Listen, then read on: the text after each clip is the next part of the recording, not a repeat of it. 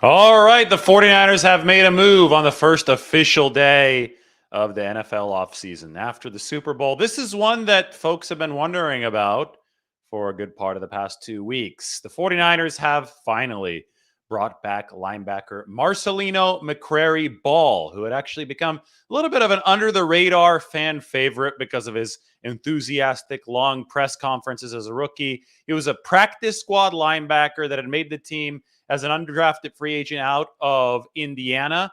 Only problem is that McCrary-Ball was not part of the batch of reserve future signings that the 49ers made immediately following their season's end a couple weeks ago. So fans were wondering, where's Marcelino McCrary-Ball? Because McCrary-Ball was thought to be a priority amongst all those practice squatters. Well, the 49ers, shortly after the season ended, handed out what we call reserve future contracts to about 10 or 11 of those 2022 practice squad players. And those reserve future contracts, that's about as low as you can get with a contract. It's a minimum deal. It essentially says off-season deal. And Marcelino McCrary-Ball wasn't part of the group that got those off-season deals. So there were two possibilities. One, the 49ers weren't interested in bringing him back. Or two, they were interested in bringing him back at a bigger deal than those other players. And McCrary-Ball did indeed get a standard one-year contract.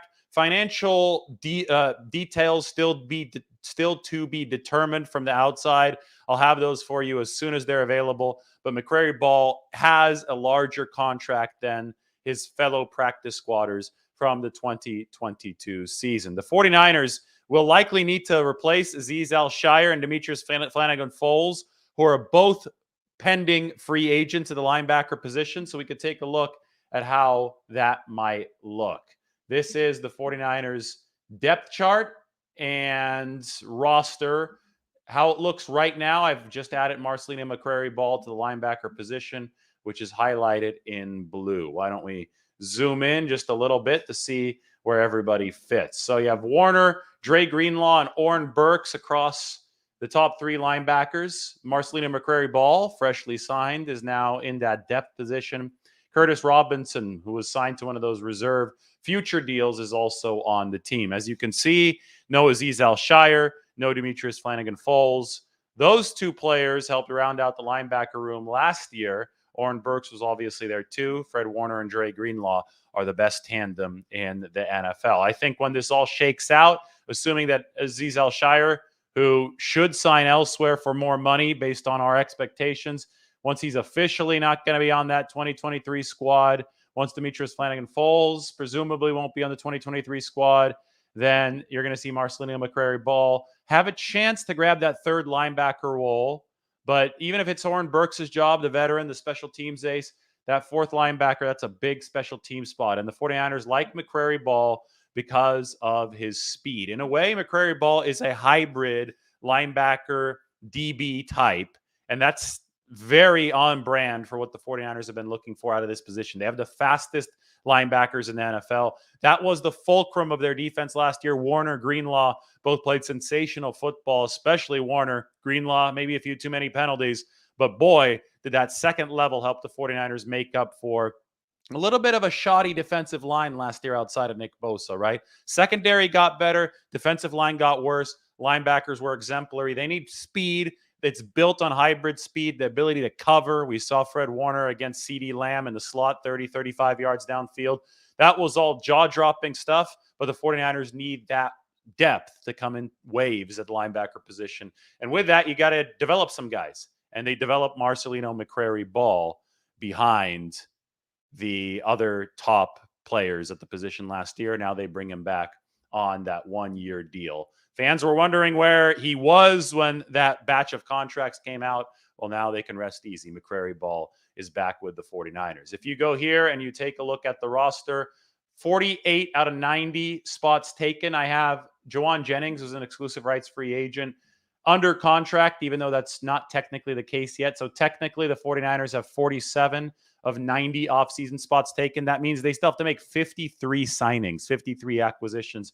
Of course, some of those will go to rookies who are drafted. Some will go to rookie undrafted free agents, but that's also a whole heck of a lot of free agents or pending free agents that must be signed or re-signed respectively for the 49ers. So it's about to get really busy, and my goal is to keep you apprised of everything that the 49ers are doing on this channel, on The Athletic. Moves like this, Marcelino McCrary-Ball, we're going to have 49ers updates for them, and these updates are going to start to become more and more frequent. There is a piece that I have for you up on The Athletic today.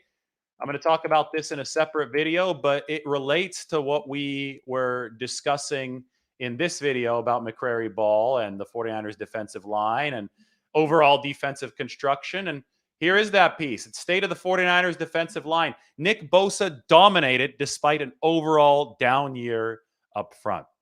I've talked about this some before. Today, I have a lot of the stats, a lot of the numbers to show you why the 49ers needed to be better elsewhere, because this defensive line in 2022 was not what we had come to expect in recent seasons. It was not the overpowering unit in an overwhelming fashion that it had been in 2019, for example, even down the stretch of 2021.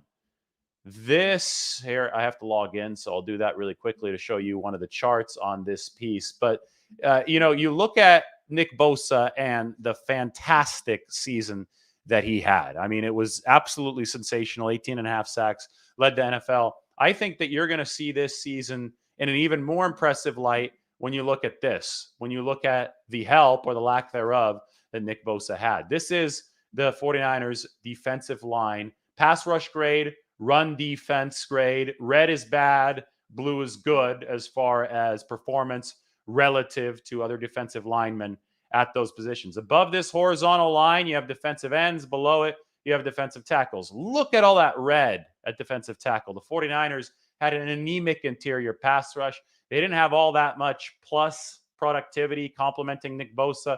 Bosa at the top obviously stood out. But this 49ers defensive line, they've got to retool this over the course of the offseason. They need to add some more blue to this chart. The reason that they were able to have the number one defense this past year, despite all the red on this defensive line chart, is because the 49ers were so damn good at linebacker, and also the secondary took a step up. So McCrary-Ball, he's going to have to fit right into that tradition at linebacker. They want him to be the next torch carrier behind guys like Azeez Al-Shire, Demetrius Flanagan-Foles, who are excellent depth at that linebacker position. So that's what this signing is all about for the 49ers. Meanwhile, please do check out this piece on the defensive line. It's up on the screen right now. I'm going to copy, paste, and toss this into the chat section for your reading pleasure. 49ers D-line looking to turn things around. This is our State of the Franchise series. We're going through every single position group. Moving on to the offense next. They're going to file a piece on the offensive line. Obviously, tight ends, receivers, running backs, and finally the series will end with a State of the 49ers look at quarterback. All right, let's take a look at a couple questions here. I see that we have quite a few viewers for a Marcelino McCrary-Ball video, which is good to see. So I would love to answer a couple of your questions if there are some of those. Hope you like the new jerseys, the little LED lights on them. Those just came in. Amazon delivered them. I put them up right before going live. Let's see. Come on, guys. I'm ready for some questions. LB says, I didn't smash the like button. He just clicked it. Hopefully that suffices. Hopefully your like button is happy that you didn't break it trying to get the like over this video. But you guys should click the like button at the very least. Maximilian thinks that T.Y. McGill's worth another contract. He played with urgency. I thought that McGill gave a good spark to the 49ers, and I think you might bring him back on a one-year deal. But, we'll see. Again, they've got 50-plus spots left on the 90-man roster. So first they're going to, work on some bigger acquisitions for the 3 to 5 year range, right? I think that McGill didn't play enough to warrant that. At any point, you could filter in guys on the non-guaranteed one-year contract, but they definitely have to retool the line, and maybe McGill is a candidate to take one of those spots. So I think Robbie Gould will be back.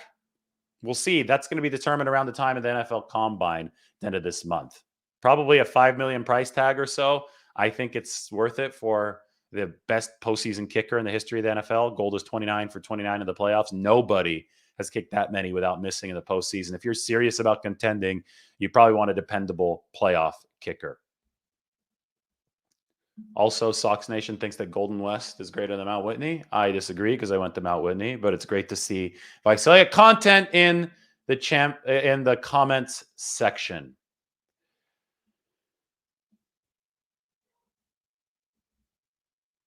Do I expect Jake Brendel to continue at starting center? Well, the 49ers need to re-sign him, but he was number 3 in pass block efficiency. That's going to be addressed in our offensive line state of the 49ers piece coming later this week. I think the 49ers are going to want to grab Jake Brendel and re-sign him, but the fact that Bobby Slowick signed on as the offensive coordinator of the Houston Texans means that there might be a market for Brendel elsewhere. Might make Brendel's price tag a little bit more expensive after a fantastic first season starting, because offensive coordinators, they're especially in this system and descendants of the Shanahan system, and Bobby Slowick they're going to be particular about the centers that they have playing for them. Orlando Brown might be available in the offseason. Kansas City doesn't re-sign him. It could be moving back to right tackle. We'll see. That relates to this question. Any alternatives in free agency if Mike McGlinchey leaves? If Drake Jackson can turn it on next year, would that cause the whole line to be better? Yeah. I mean, if you have better players, rising tide lifts all boats. But even if Jackson is better next year, they need a better interior rush. You saw it. I'll put it back up on the screen. This is way, way too much red in the 49ers interior rush. That's got to be better. Drake Jackson was red down right here in the middle of the 49ers edge rush. Of course, he can make the edge rush better, but below the horizontal line, too much red. 49ers need to improve that. Cool. All right. This was just an update on Marcelino McCrary-Ball. 49ers make a signing. Many more to come. And I'll be here for every single one of them with 49ers updates. Marcelino McCrary-Ball, second year, speedy linebacker. Good chance to make the 53-man roster because he has signed a contract that's more valuable, even though it's just a one-year deal, not a huge deal, but it's more valuable than his fellow 2022 practice squatters who signed reserve future deals several days ago. All right, everybody, thanks for watching. Marcelino McCrary-Ball back in tow with the 49ers. We will talk to everybody soon. Everybody, take care.